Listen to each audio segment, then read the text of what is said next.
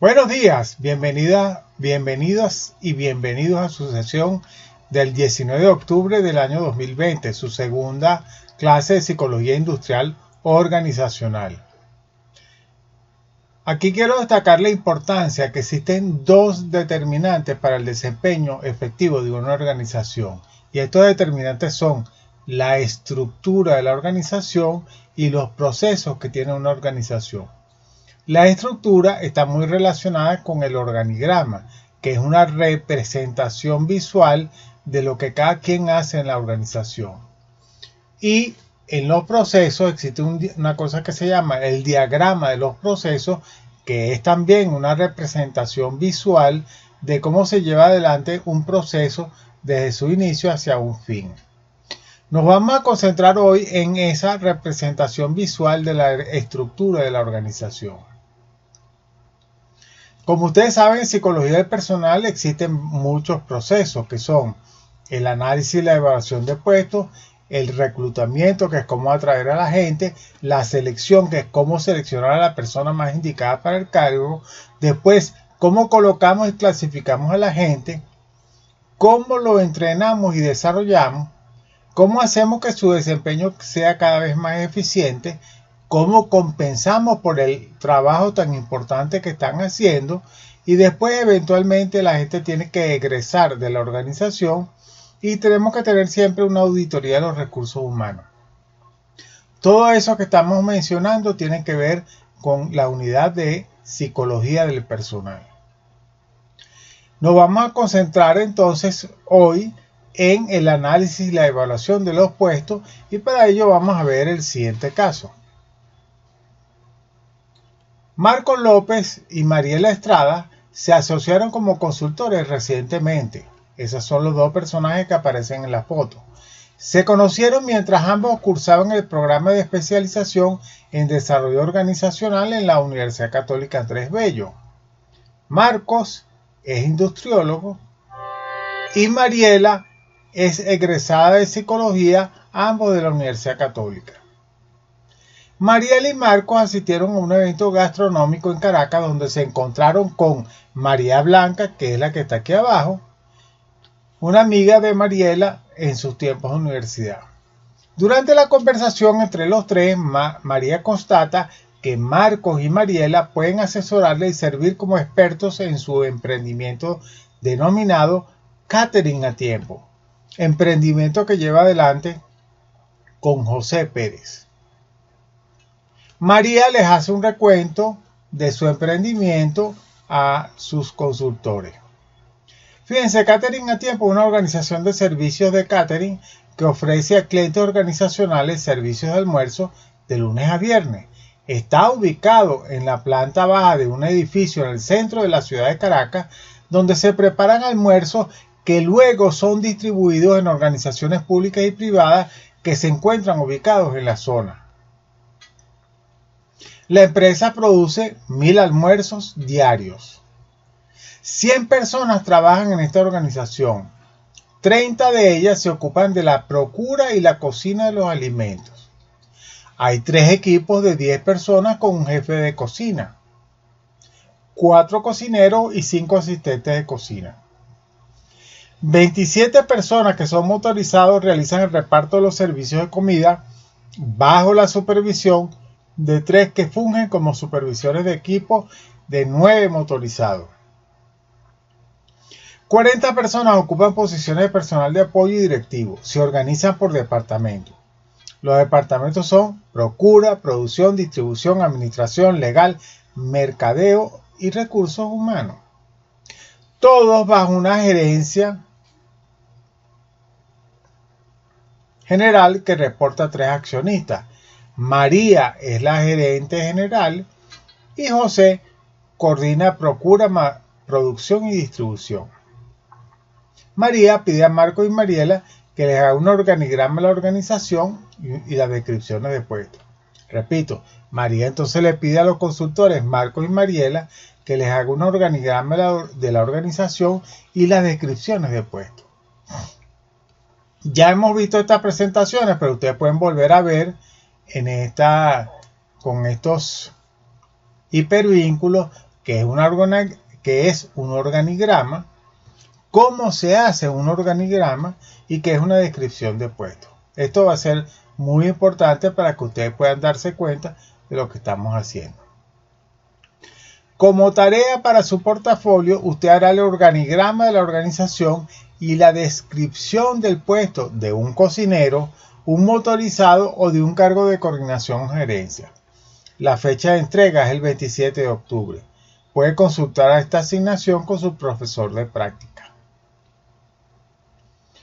Entonces, el capítulo que estamos abordando es el capítulo 2 del autor Ahamot, que se llama Evaluación y Análisis de Puestos.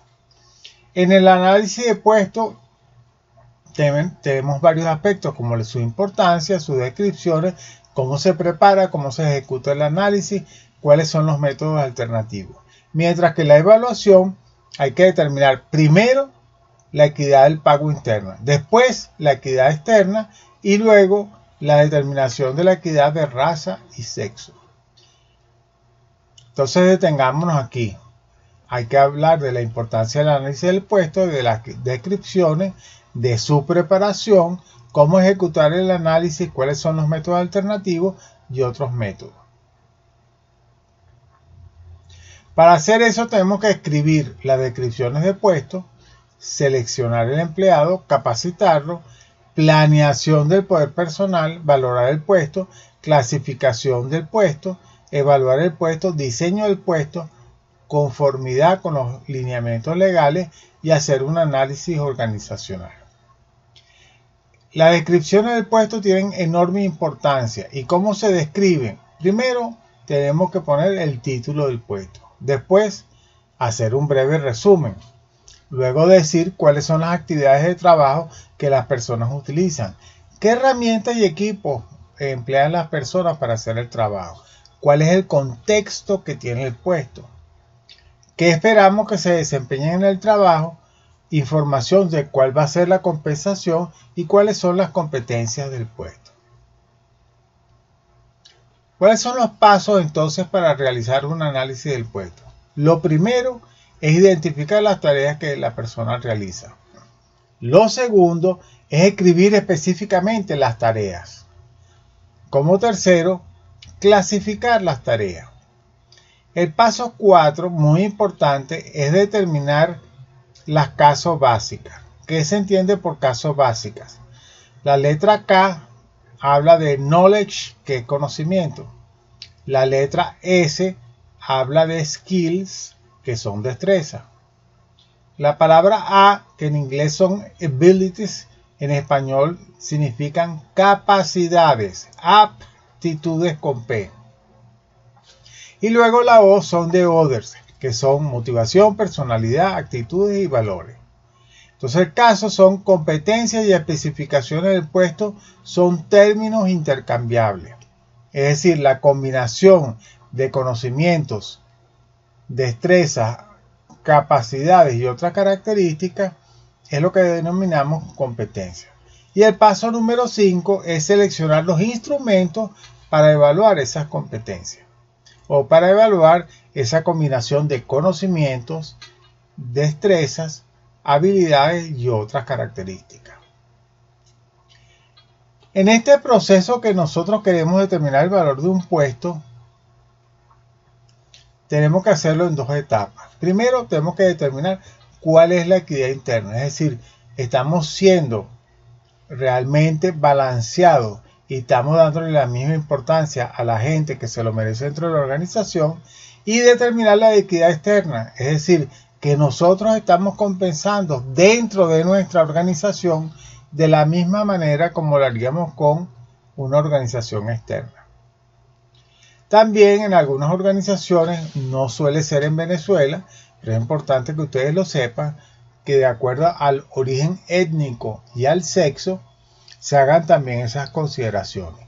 En términos generales, en Venezuela, el hombre y la mujer reciben el mismo tipo de compensación, y en términos generales, la gente es compensada de la misma manera de acuerdo a su origen étnico. Eso no es un problema en Venezuela, pero usted que a lo mejor se gradúa y quiere ir a otros países, debería pensar en esto porque es posible que se lo encuentre en otras latitudes. Para hacer la determinación de la equidad interna tenemos un proceso de 3 pasos. Primero, ¿cuáles son los factores de compensación en el puesto?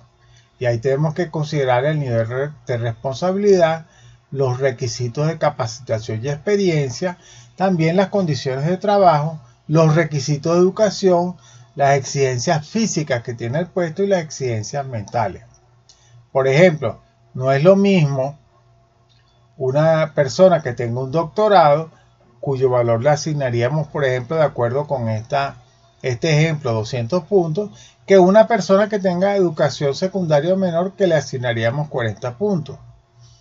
También en cuanto a las decisiones, una persona que no toma decisiones o que sus decisiones son limitadas vale 75 puntos, mientras que otra que tienen una responsabilidad muy importante en la toma de decisiones tendría hasta 300 puntos.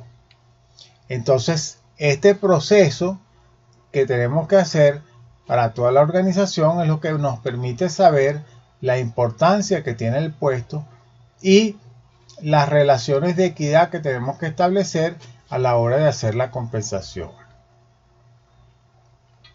Para hacer la equidad externa, generalmente las organizaciones recurren a las encuestas de salario porque nos dicen cómo están siendo compensadas las personas en distintas organizaciones. Por ejemplo, algunos profesores universitarios han migrado a la educación media porque pueden recibir dólares como parte de su salario. Y en el caso de la universidad donde ustedes están estudiando, la universidad continuamente monitorea el mercado para saber si los sueldos que ofrecen sus profesores son competitivos en el mercado nacional. Esa es una estrategia que hace la universidad deliberadamente para retener a su personal. La compensación es un proceso extraordinariamente importante de la mayoría de las personas y tiene que ver mucho con las percepciones. La satisfacción depende con la relación que yo pienso entre lo que yo estoy ganando y lo que ganan otros. Aquí yo le estoy dejando un vínculo para un artículo que se escribió de parte del decano de la Facultad de Ciencias Económicas y Sociales y del vicerrector administrativo de la UCAP, donde hablamos de la compensación entre trampas y distorsiones. Es muy importante que ustedes como psicólogos industriales que van a ocupar puestos de esta naturaleza en la organización entiendan qué es lo que pasa con las percepciones, asuntos psicológicos que tiene la gente con respecto a la compensación.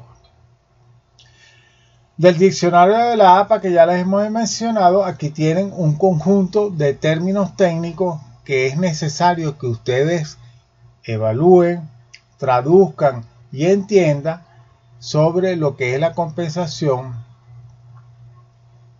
y los métodos que existen acerca de ellos para hacer la clasificación de los puestos de trabajo. Desde luego, para este capítulo, ustedes tienen que consultar ese capítulo de Administración de Recursos Humanos y ese capítulo 2 de AMOD, porque ambos le van a servir para estudiar su práctica. Espero que esta breve presentación los anime y los motive para estudiar este tema tan fascinante que es el análisis y la descripción de los puestos de trabajo.